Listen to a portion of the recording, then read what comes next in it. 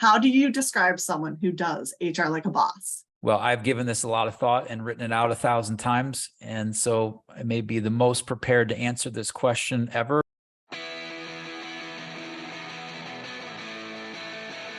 Hi, it's John Bernatovicz, your host of the HR Like a Boss podcast.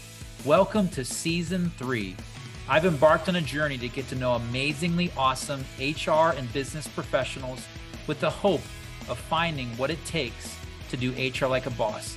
If you like the show, please like, subscribe, and share with a friend. So kind of transitioning into a little bit more about how this came to all be side of things.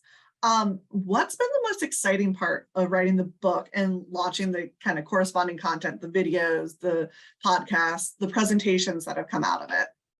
Yeah, a few things. Number one is, Bridgette, honestly, it starts with you. I started writing another book when my dad passed away, and your encouragement and stepping out to make a recommendation. And it was a really great one because the content was already started based upon a presentation we did back at Kent State and Newark back in 2018, 2019. So thank you so much for the encouragement. It's been a life-changing experience. I owe you one 10 times over. As it relates to other kind of monumental, at least thought processes for me or things that come to mind when writing the book is, it really has resonated. The title of the book has really resonated, the podcast and the presentations. This kind of like a boss thing is definitely a social media giant if you Google it appropriately. And the way that I describe it is doing something amazingly awesome. And when you think of human resources and you think of your job, do you think of yourself in that way? And the whole idea of this movement is we want you to say yes to that question. A boss, someone that does HR like a boss, would say yes to that question. I'm doing it amazingly awesome. But they have an inner strength. They have an inner responsibility. They take it very seriously. And they, as I said before, advocate for their employees while at the same time understanding the important aspects of their business and how they can help it succeed as well. So I think that the title and how the market has responded to that has been really cool. And I'd say the last thing in all this, and I mentioned this a little bit before, is that I got over a major, I call it professional personal hurdle, in that I used to not read books 5 years ago. And I always aspired to write a book because I saw people that did it. And it was a very unique cornerstone in their career from what I've been told. And it was a major accomplishment and people recognized it and noticed it. And I thought, well, if they can do it, so can I. But when I started, I realized I was imposing in myself of being someone that I really wasn't, because I didn't read books. I wasn't good at it. It's not something that God gave me a gift to do easily. And so I ended up finding the beauty of audiobooks. And that has been the way that I consume most of my, I'll call it written information. So that's been a great tool for me. So from age 21 to 45, I read one book, and that includes going to college. So just bear that in mind. I was a go to class guy, not a buy the book and read it. And then since, let's call it 46 to 49. So that's the last 4 years. I probably read 150 books. All through audio, the majority of them through audio.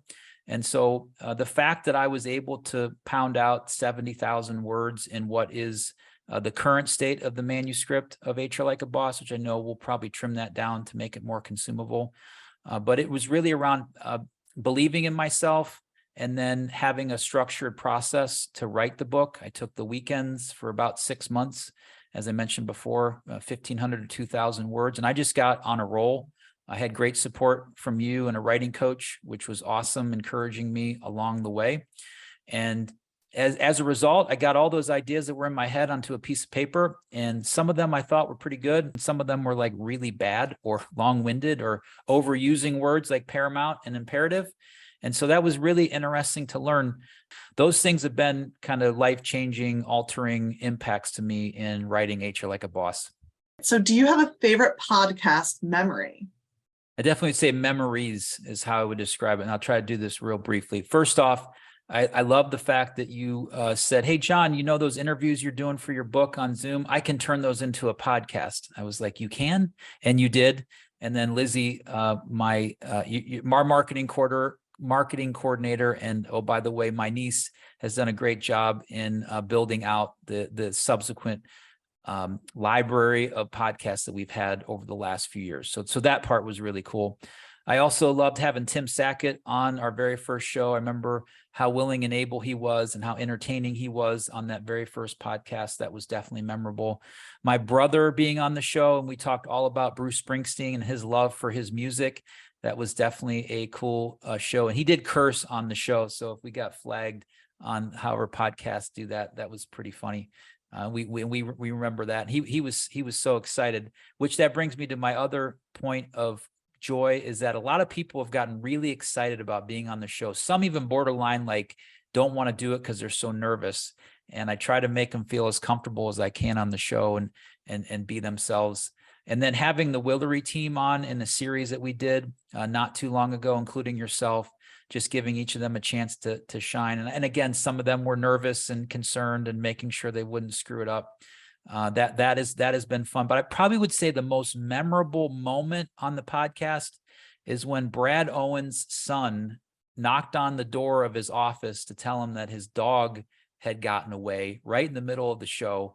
And we obviously had to immediately stop the show. And then Brad, luckily, like 20 minutes later, texted me that they found their dog and everything was okay. Like that sticks out to me. So I can't remember the dog's name. It had a really cool name, but Brad and that exchange and experience, and we re-recorded it not too long after, and he was a pro's pro, as you would expect. We're going to end with the time-honored last question for the HR Like a Boss podcast and video series. How do you describe someone who does HR like a boss? Well, I've given this a lot of thought and written it out 1,000 times. And so I may be the most prepared to answer this question ever. But the first thing for me is that you have to love what you do and you have to own everything within your span of control. So that to me is someone that does HR like a boss. You also have to do an amazingly awesome job at connecting the people of your business to the purpose of your organization. So the people must understand what the purpose of the company is, and you have to find a way to connect them to it. If we can do that well, my guess is, and kind of it drives into a real reason why I wrote this book, other than a personal aspiration, is that I hate to see the no offense to Gallup 12 and their survey, I hate to see the dismal engagement level scores that come out every year and tell me that 50% to 2/3, depending on however you read the data, employees are not engaged at work, and it's actually getting worse thanks to the pandemic. And so I hate to see that. That really bugs me a lot. The fact that people don't like what they're doing or not engaged in what they do. And so I think there's a tremendous amount of responsibility that the HR profession has. And I say responsibility and opportunity to make a difference in those employees' lives. And we gave you some suggestions prior to some of the other questions on how to do that. But increase that level of engagement, give them meaningful work to do and what they do every day. And then also be an astute business person, someone that understands what your organization does, how it gains customers, how it makes money, where the challenges are inside the business. And it's not about human resources. It's about the business components of it and understanding the people that are associated with that business component that are either having great success or lack thereof, which includes understanding how to read truly a financial statement, profit and loss and balance sheet, getting that down so you understand and you can be a savvy business person. And so if we do that for the employees, we drive great results for our individual organizations, then the goal is that we can do something good in the world as a result. So you'll hopefully have some extra money laying around every year, every quarter, every month to donate to a charitable organization. And you'll have a group of people that believe in your purpose that will want to give back into the community. So to be able to do all that is doing HR like a boss. So I guess there's one last little question, John. What kind of exciting news do you have to share about the book?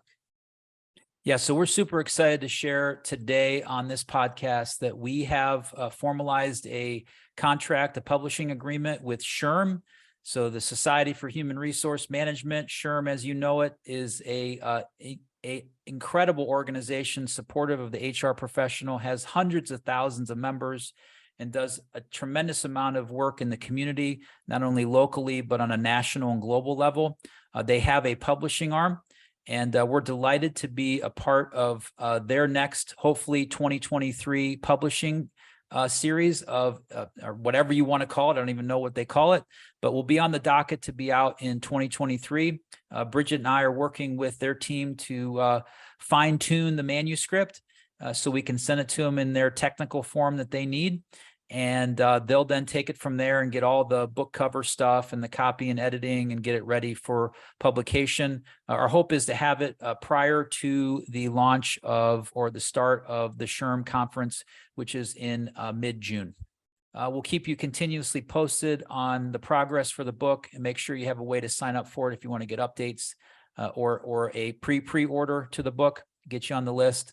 But super excited to make that announcement and partner with SHRM on publishing HR Like a Boss. Yes, details to pre-order will be in the description for the podcast and video series.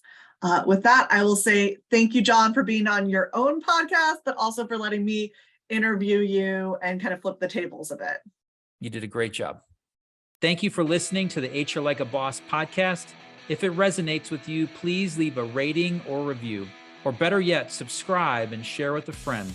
Until next time, let's continue to aspire to do amazingly awesome HR.